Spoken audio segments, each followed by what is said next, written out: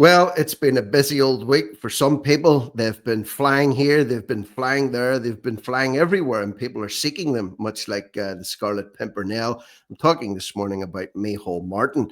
Mary Lou McDonald has surfaced this week in the Dáil, and she's asking the question, where's the Taoiseach?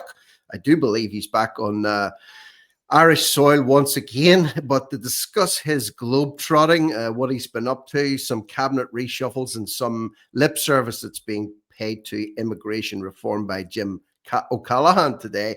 I'm happy to be joined again by Dr. Vincent Carroll, beaming in from Dublin's fair city, I believe. Vincent, how are you? That's correct. I'm very well, thank you, and thank you for inviting me. You're very welcome. Well, let's get straight into this. Interesting your question was being asked in the Dáil yesterday, and I've got a screenshot here of Mary Lou looking very serious and slightly perturbed as she asks the question, where is the Taoiseach? Temperatures have dropped in Ireland. Not where he's been, of course. He's been in globetrotting in sub-Saharan Africa. The cost of home heating oil has risen. People are struggling to pay rip-off electricity and gas bills. Houses are under massive pressure. But the Taoiseach doesn't show up to answer questions. This government doesn't care. We'll keep fighting for action to make life affordable for workers and families, says Mary Lou. Where has he been? Where has he been? What rocks he been hiding under over the last week or two? Well, it's very, very odd because I almost never agree with Mary Lou MacDonald, but I will on this occasion because I too was wondering where on earth he was. I mean, a Taoiseach's job, as if you like, chief executive of a country, is to be present and to have your hand on the helm. Now, he's been away. He's been away in a number of different places. He's been down at what's called the COP30, which is a global climate summit, summit that happens every now and again. And this time was in Belém in the mouth of the Amazon down in Brazil. And he was there sort of making what could best be described as empty and grandiose statements about the need for the elimination of fossil fuels. Now, first of all, that's not going to happen for the very simple reason.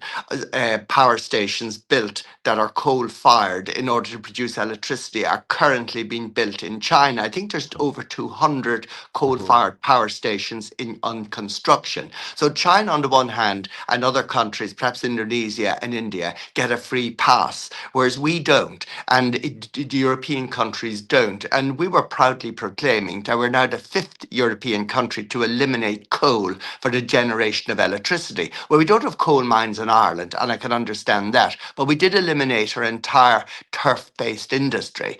Thousands of people who for generations had it as part of their way of life, and that's all gone now, and is gone simply to satisfy what were known as the Paris Protocols from 2020, where the elimination of our so-called carbon footprint is something which is to be mandated. So we jumped ahead of the queue as usual, and we eliminated our one and only natural resource, which of course causes fuel insecurity in this country.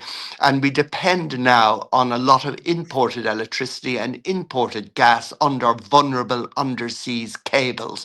Now, that's not acceptable. A person whose genuine interest is in this country, a proper chief executive or Taoiseach, or call this person what you like, would be somebody,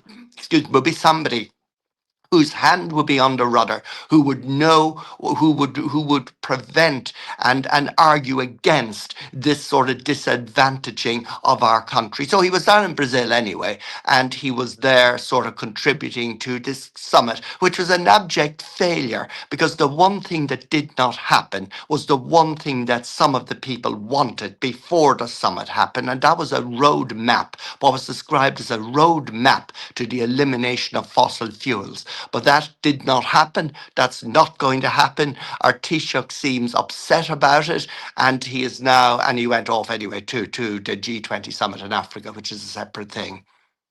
Yeah, you mentioned a roadmap there. There's, some people were talking about the rank hypocrisy of this COP30 summit, whereby, speaking of roads and maps, a swathe of 8 miles long 4-lane highway was cut through the Amazon rainforest to facilitate approximately 50 100,000 people descending on Belém in Brazil for this climate conference. Is that not the very definition of hypocrisy? I mean, you're Of in course it Dublin at the is. minute. I'm in Yeah. Belfast. I'm not driving down, destroying the planet, polluting the atmosphere just so I can sit opposite you in a nice cafe, restaurant, or whatnot.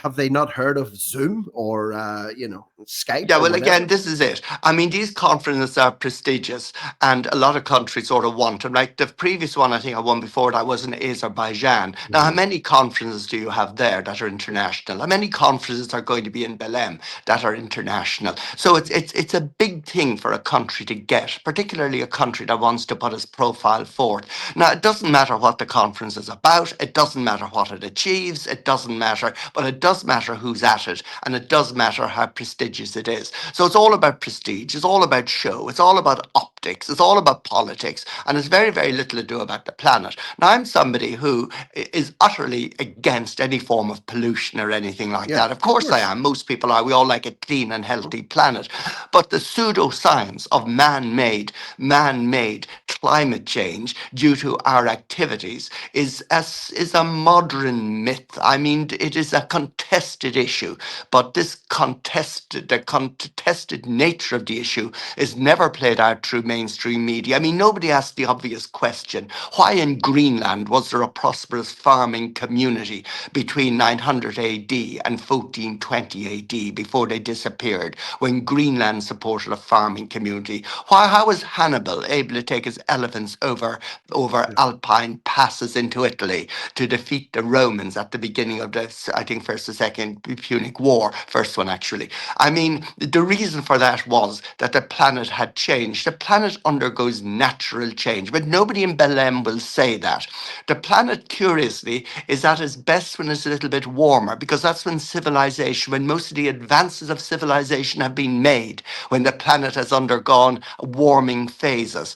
I mean, Mhm. I suppose the Roman warming period is the obvious example. Now we're in another kind of warming phase, and yes, the glaciers are retreating a little bit, but as they retreat, it's very, very interesting what you find. You find archaeological evidence there that they had retreated in previous times. You find coins and combs and evidence of previous people having gone through these mountain passes. So the evidence is all over that we're dealing with a planet that's dynamic, a planet that retreats, and a planet that the heat retreats, the heat ramps up, the planet cools, the planet warms. It's been happening for since the foundation of the planet, since the very beginning of the planet. There's nothing unusual about that, but that is not what you'll hear at any of these conferences, because these conferences so panic and so a sense of I suppose, a pseudoscience, a belief that man-made climate change is happening rather than simply the natural ups and downs of our planet.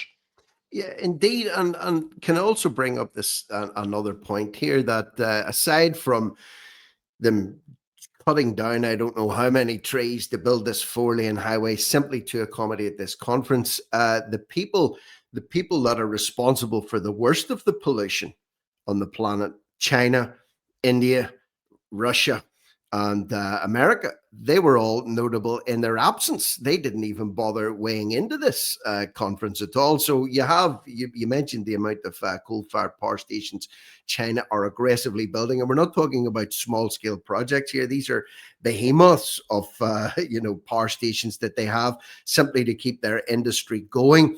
Even if Ireland, let's do a hypothetical situation today. Let's say you could press a button or I could press a button and all the government's net zero fantasy targets were achieved immediately. Today, we reduced our emissions to absolutely zero. We got to that net zero level. It wouldn't make a damn bit of difference because on one hand, you have a minnow like Ireland, the small population that we have versus a billion people sitting in China building these humongous coal-fired power stations pumping their emissions out into the air.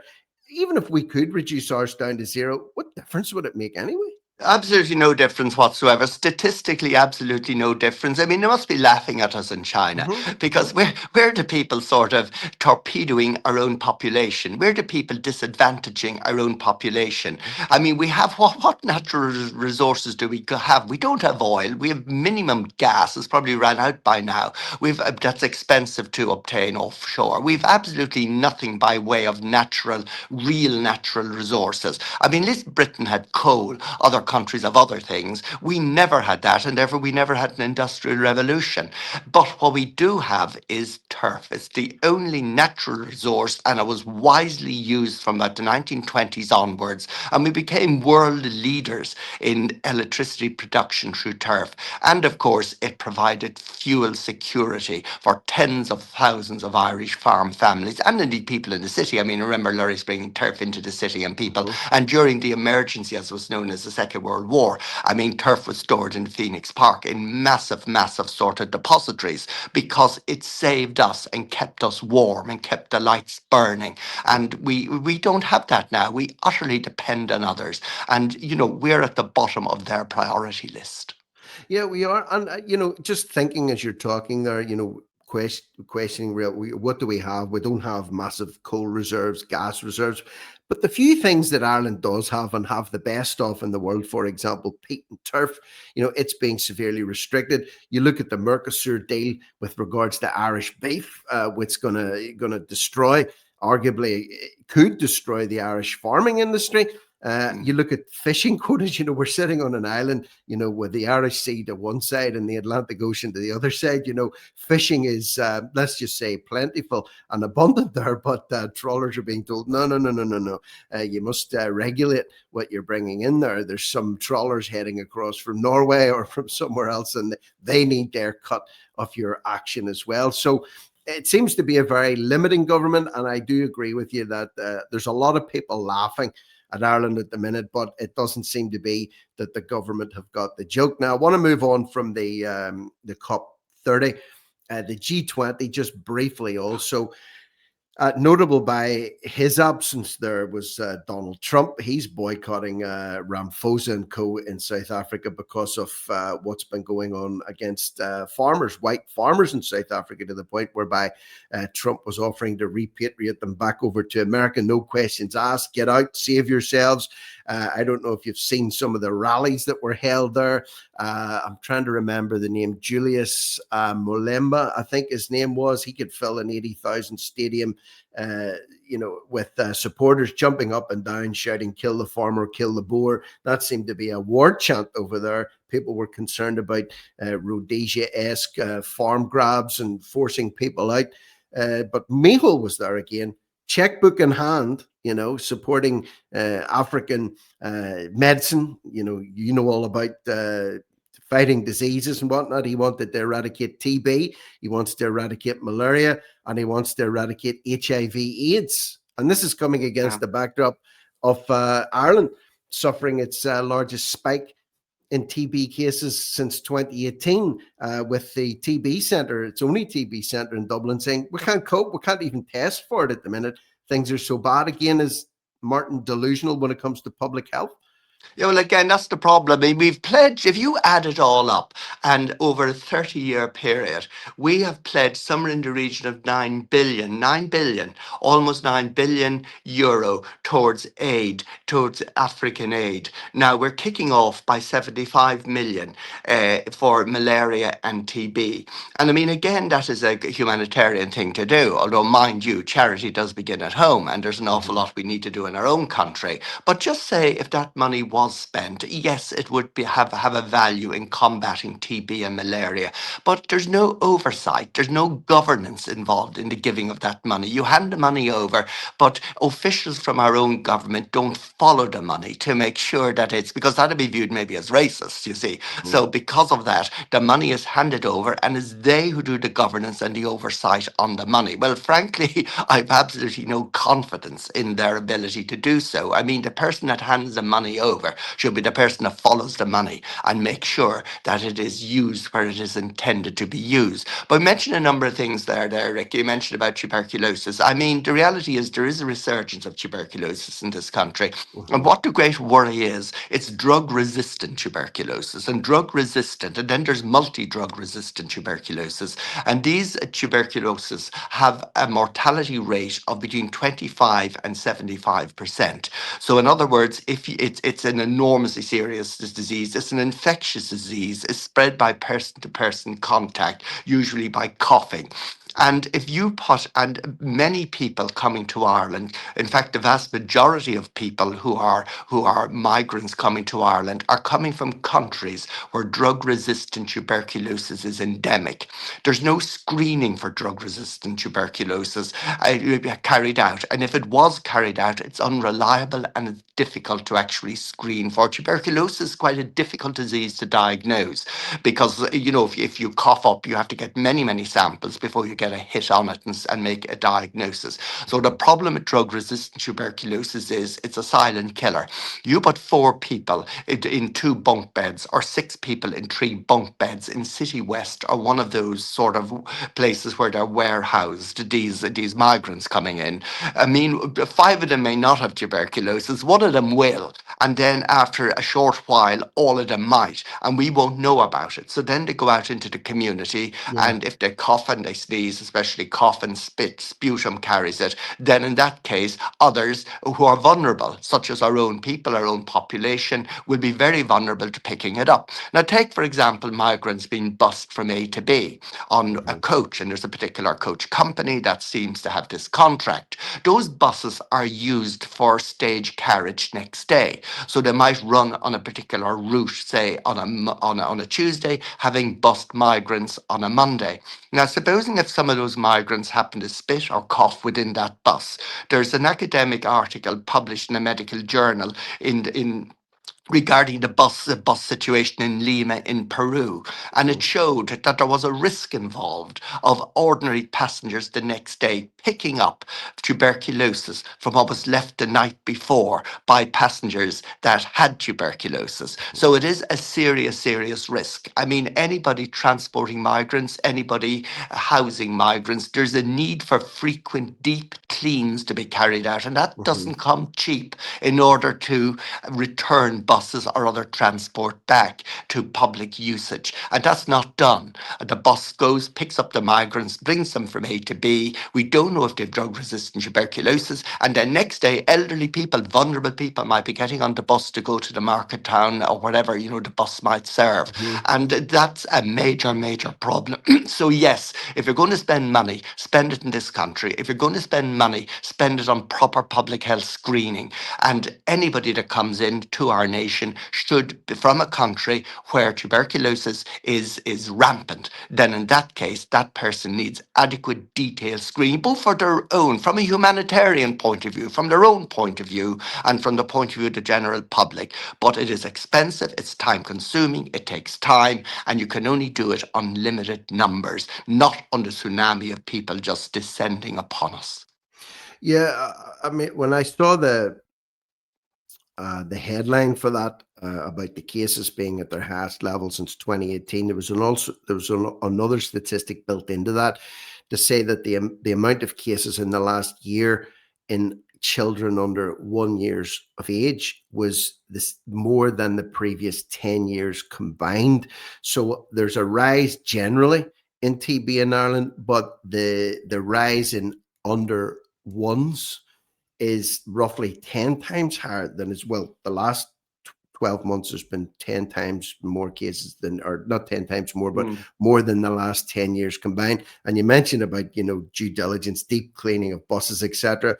I can't say what's happening in those bus companies, but what I have seen recently with the lack of fire certificates, for example, in these iPass centers and them going ahead without adequate planning, I would be stunned. And I mean, stunned if I found out that the transporting companies were carrying out industrial, deep cleans for tuberculosis Oh, in they're between. not at all. They're No, not no, doing it. no. I mean, they're not required to, and unless if they're not required to, they certainly won't do it.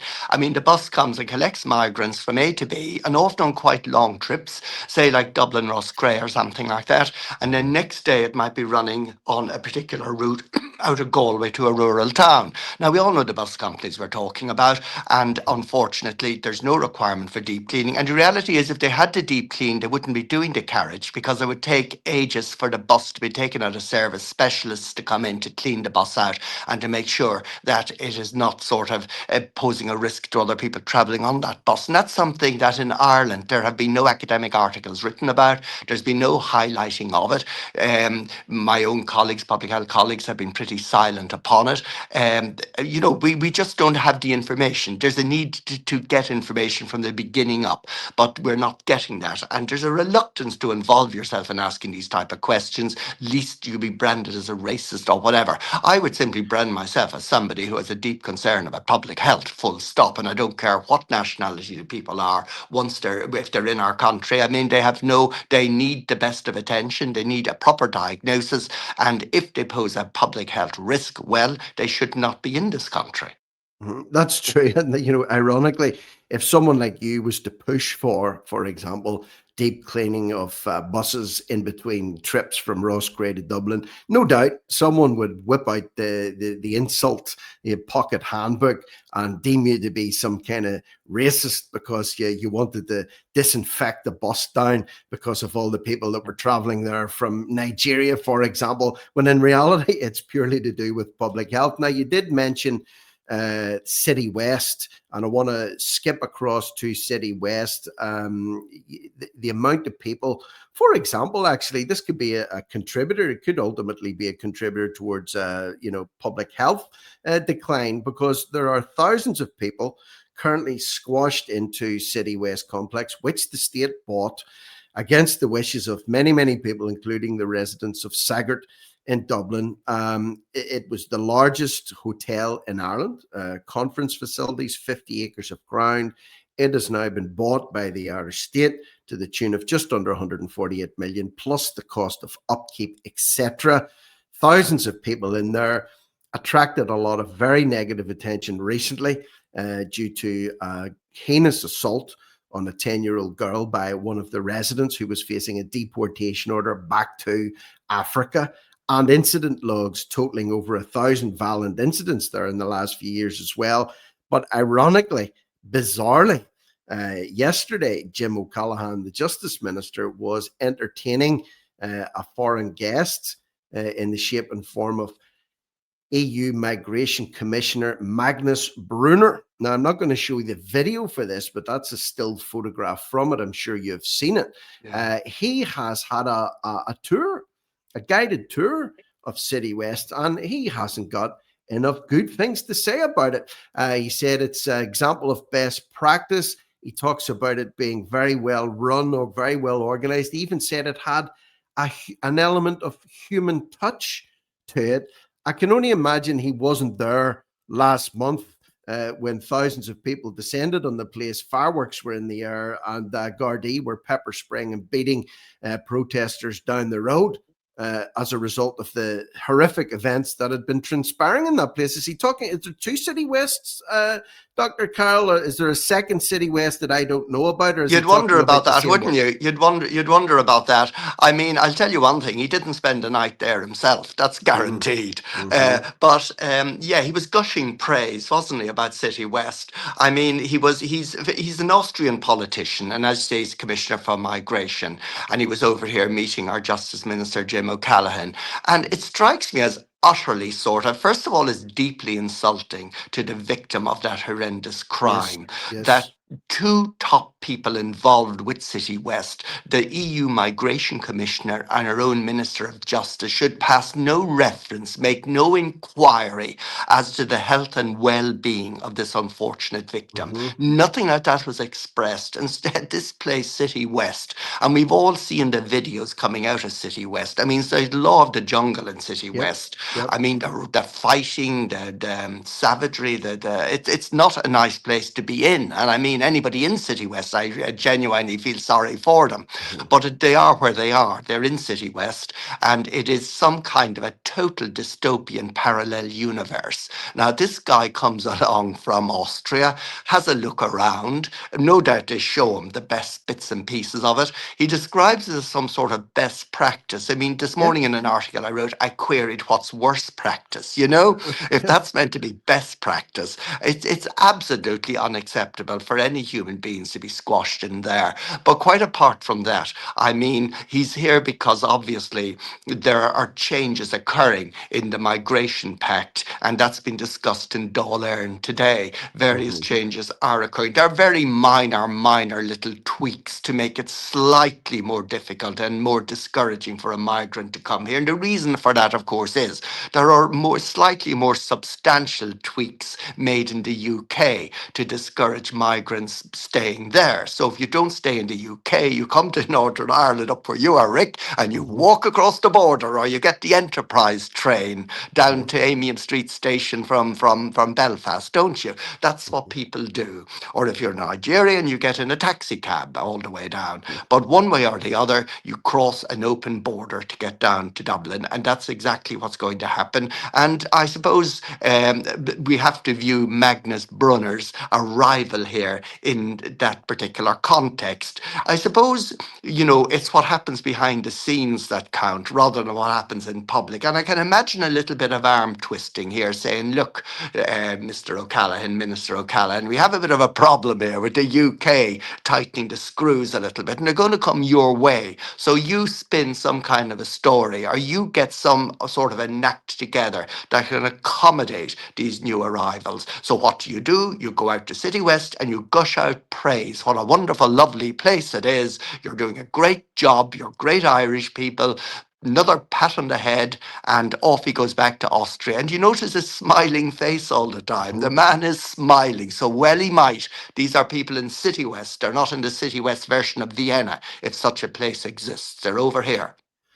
You know, some people say they were being insensitive, given the attack that happened in that young girl there very, very recently, and the litany of antisocial behavior that goes in there, residents hanging around children's playgrounds. The residents are taking photographs of this, by the way, and posting Good. it to social media and reporting it to An Garda Síochána, and nothing seems to be done about it. Up until, what, 2 weeks ago, there was literally a ring of steel had been constructed around that place, whether it be to keep protesters out or to keep the residents in. I don't know, or it could have been a combination of both. Mm. But to have him stand side by side with Jim O'Callaghan as he nodded along like a dog to everything that Magnus said. And of course, if he's being complimentary, he's going to nod in agreement. But is the detachment from, decency and reality, given everything that's happened there a month ago. We're not talking about 5 or 10 years ago, something that happened in the mists of time.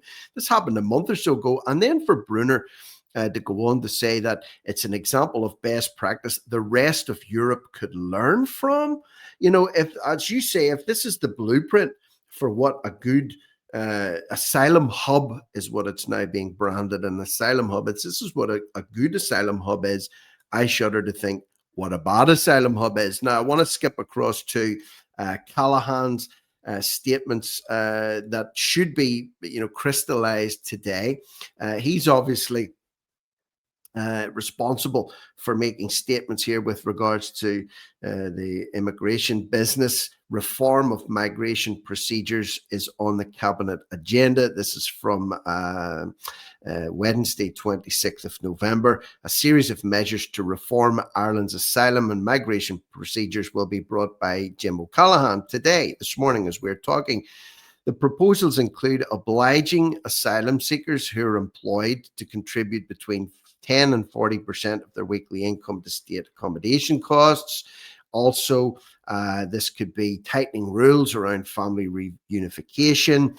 He also mentioned students that are coming here to Ireland to learn English as a foreign language. There's tens of thousands of them as well. And on it goes. He's talking the talk. Taoiseach Martin recently tarnished Simon Harris. Almost, you would say, have switched their tack on this a lot. I'm half expecting to see them marching down O'Connell Street with the tricolour screaming, "Get them out!"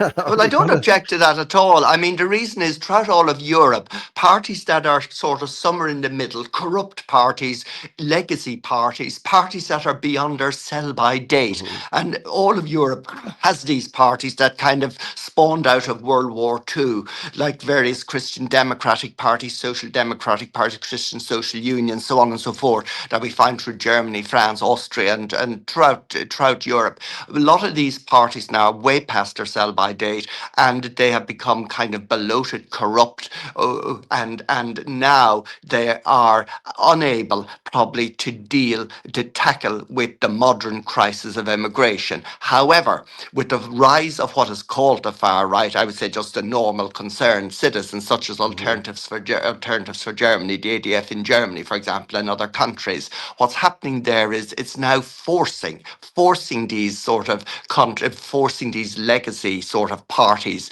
to look to themselves and to adopt a harder stance on things like immigration and to tidy up their act a little bit. Otherwise, they lose. Otherwise, they become completely irrelevant. Well, they are losing. I mean, look at Germany, look at France, look at Italy, for example, major economies within Europe, in Great Britain as well to some extent. And I mean, in our own country, well, we're a little bit behind, but we are getting mhm, going now. So the point I'm really making is it's good if a right of centre parties can force middle of centre parties a little bit more to the right. And when I say the right, I mean common sense sort of attitudes to things like immigration. Then in that case, that's a positive. Now, nobody believes for one moment that Micheál Martin or Simon Harris or anybody have undergone some sort of a Damascus type conversion on the road. Nothing mhm. like that has happened at all. These are people who are professional politicians. These are people who are looking and wondering, how will I survive the next jump? Yeah. And therefore, they have to move. They have to say the right things. Again, it's all about optics, all about politics. They say the right thing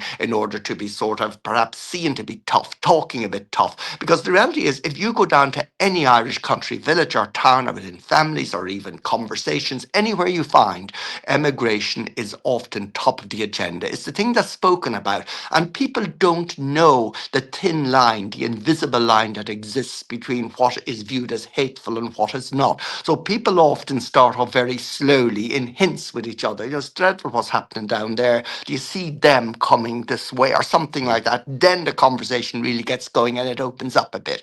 People shouldn't be under that sense of threat. I mean, we live in a democracy. We live sort of in an era, and as a country, we speak freely. It's our national characteristic, free speech, mhm. if you like. And now that's under threat. And at least, I suppose, the rise of people of right of centre political sort of opinion is now maybe forcing, very reluctantly, people like Simon Harris and Micheál Martin and others to say things that they would not have said, but it's about their own political survival. There's nothing else involved. There's no nobleness involved. There's no caring for our own people and our own nation involved. It's purely a self-seeking, self-serving political survival. It is. And speaking of survival or political survival, I mean, I don't believe for one second that they have the interests of the people in Ireland at their forefront. If they do change tack or they do change course somehow, it's a self-preservation move.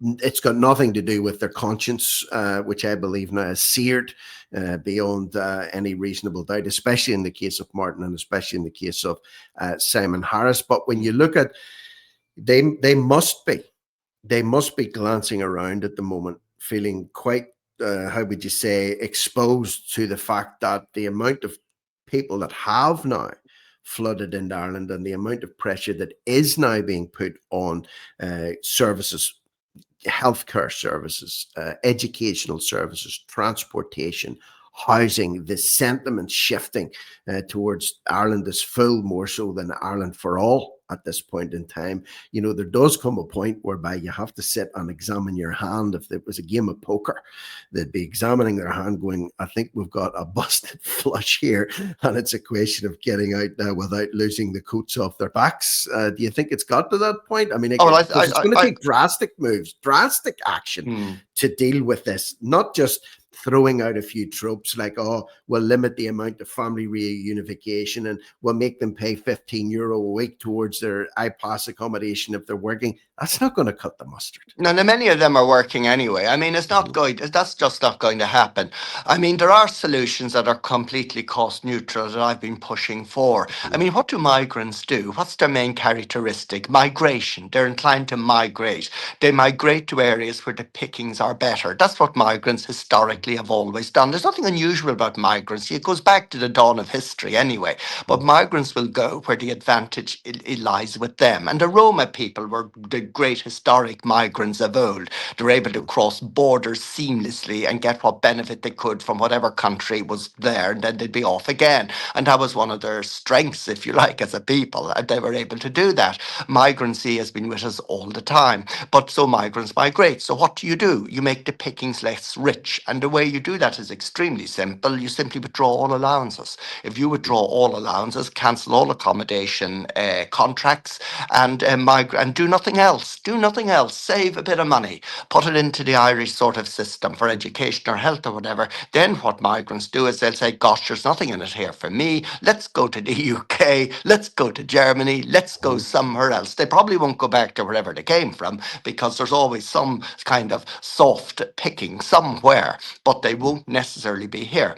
Now, think of the saving of money. Think of what we could do in this country. I mean, take, for example, over 30 years, the 9 billion that Micheál Martin has promised Africa, for example. That's a separate issue. But if 9 billion was given to a Minister of Education, if 9 billion was given to a Minister of Health, and if it was spent wisely as opposed to squandered, think of all that could be done. How many houses could be built for that? What about the 2 billion a year that's costs this country is cost in migrancy through the various provision of accommodation, allowances and all of that? Supposing if that were put into housing, I mean, what does a house cost? I don't know, a couple of 100,000 bill divided into 2 billion per annum. You're doing nicely. You're housing an awful lot of Irish families, and that's not going to happen unless there's radical proposal. And I mean, nothing has to be too radical. We're not talking about anything here that's remotely illegal or immoral or against the majority of people's conscience. We're simply saying don't hand out the money. Keep the money in our own pocket.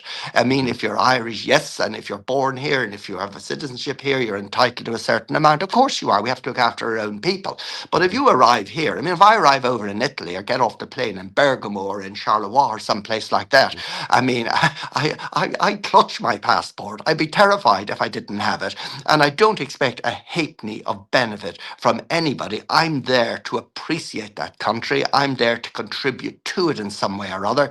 And I don't expect them to give me anything. Absolutely not. That'd be outrageous. So the standards I apply in my own life, I'm simply trying to apply those standards in everybody else's life. And I don't like people coming here because they see it as some sort of a soft touch, and they demand and demand and demand and demand more and more and more benefit that can never be satisfied because there's always more demands backed up by a small number of tax-funded NGOs who are drawing handsome salaries for themselves in order to sort of keep this whole industry. And that's what it is on the road. I say cut it off, and you cut it off financially. If you don't pay the benefits, if you don't pay the accommodation contracts, the whole thing ends. Within months, our country will be back to where we ought to be. Yeah, I mean, it's a simple principle. I live up near the coast, and there's a lot of seagulls knocking around here. They get hungry. If they see you throwing bread into the back garden, they know. They tell their friends, and the expectancy is there. If I go to number so and so of such and such an address, this guy's at the back door every morning with a few rounds of bread, and there's something to be had there. If I stop feeding the seagulls, they're going to get around and find another source of sustenance somewhere else. That's just the way that it goes. And this is the key. If you turn off the tap, and Ireland now has this unfortunate label of Treasure Island, or Treasure Ireland as it's known, and the word is out.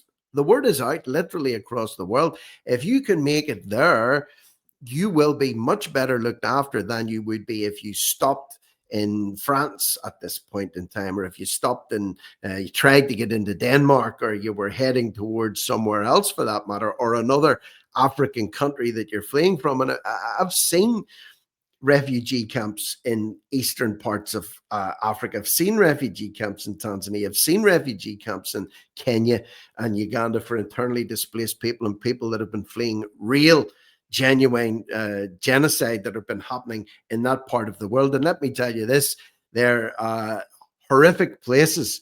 You flee to them because you are under legitimate threat of death somewhere else. And the place that you flee to, the government of Tanzania aren't rocking up saying, okay, folks, you're getting 3 square meals a day. We're going to give you a few 100,000 Tanzanian shillings. There's a mobile phone for you. There's a healthcare card. No, you live in horrible conditions with no medical care. It's terrible. But the alternative is death in the place of your residence. You don't say to yourself, right, let's cut across Kenya and we can get a flight over to maybe Italy, and then we can trek our way across to France, get a dinghy across to England. Then if we make it to Belfast, then we can get a taxi down to the IPO in Dublin. It doesn't work like that. There are people that are making a beeline here simply because they've looked out and they've said, right, it really is green, the Emerald Isle, but it's not green with grass. It's green with, nice fat euros. If we can That's get our way absolutely there. true. I mean, the people who come here for the most part are the survivors. These are the people who've abandoned their own families, Mm-hmm. abandoned their own country, abandoned everything, their responsibilities, abandoned their responsibilities at home. These are not nice characteristics. These are the Correct. survivors, and they've arrived in Ireland. The people left behind are the women, the children, the older folk, people who are less mobile. They've Yeah. been ditched, they've been abandoned, and these young men of military age have all arrived over in Ireland because they are survivors. Now, there are horrendous things happening in the African continent and Of everywhere else. I course. mean, I've written recently about the persecution of Christians in Nigeria, Yeah. and it's utterly and utterly sort of dreadful what's happening there. So, what do people do? Well, two things. They move to a safe place, and that's as next door as you can possibly go with the Correct. hope of returning. But if you're a young man of military age, as there were young men of military age in Ireland going back to generations, Mhm. you knew what you have to do. You fight for your own country, for your own culture, for your own way of life, for your own, and you have, in other words, you take it on board either politically or military, economically, or through some other talent that you might have to bring benefit and change to your own country. Fleeing somewhere else for your own personal benefit gives no benefit to your own culture and your own nation. If you're from a particular culture, your responsibility is to that culture. In Irish culture, British culture, French culture, makes no difference. The responsibility of our people are towards our own nations. Our responsibility for people from Africa or South America, wherever else, is equally towards their own nations. And in fairness, many of them do view it Mhm. like that. We see the absolute dreadful dregs of a minority that kind of come over here having abandoned, and many wives are abandoned, and Mhm. many parents are Children. abandoned, and many children are abandoned by these people who can come to Ireland and reinvent themselves. They've no passport, they've no nothing. We don't know their age, we don't know their nationality, certainly don't know any criminal record or record of violence against women or children. We certainly don't know that. All we know is what they choose to tell. I mean, there's a well-known case, I won't talk about it now because before the courts currently, of a man accused of murder of a young boy. And in that case, there's debate over what age he is. And you do various sort of facial Yeah. examinations, and you look for a receding hairline and you look for a range of things. Try to estimate the age. And that's kind of what has happened, where people try to estimate age, because of course you're treated differently depending on what age you are. If you're under Mhm. 18, there's one system of justice. If you're 18 or over, there's another system of justice.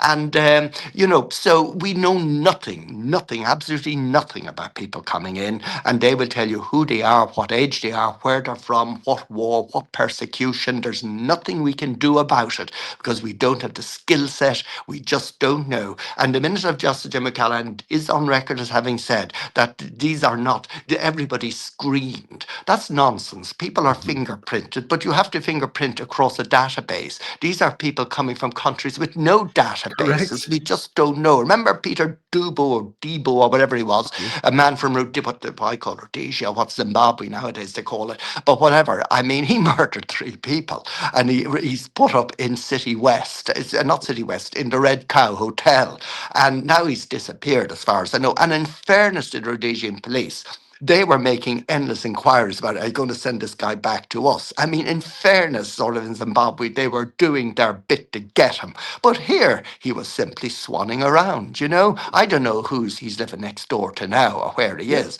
but that's just one example. A man who killed if you kill 3 people, it's easier to kill a fourth. You know, this is Mhm. absolutely awful when you think about it like that. I mean, these are people who should be brought before the justice system. Instead, we give them 3 meals a day on the mobile phone and whatever else.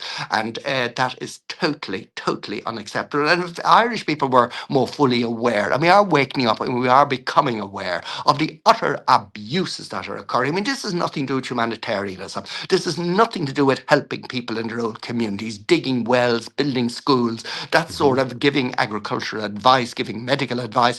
That's what it should be all about. This is what we're good in this country. And missionaries from across all the denominations have gone out to Africa and other countries and have done incredible work and continue to do incredible Yeah. work, bringing great benefit. And that work should be funded. Of course, it should be funded, but Mhm. by charitable donation and by funding set aside by government. And I completely agree with that.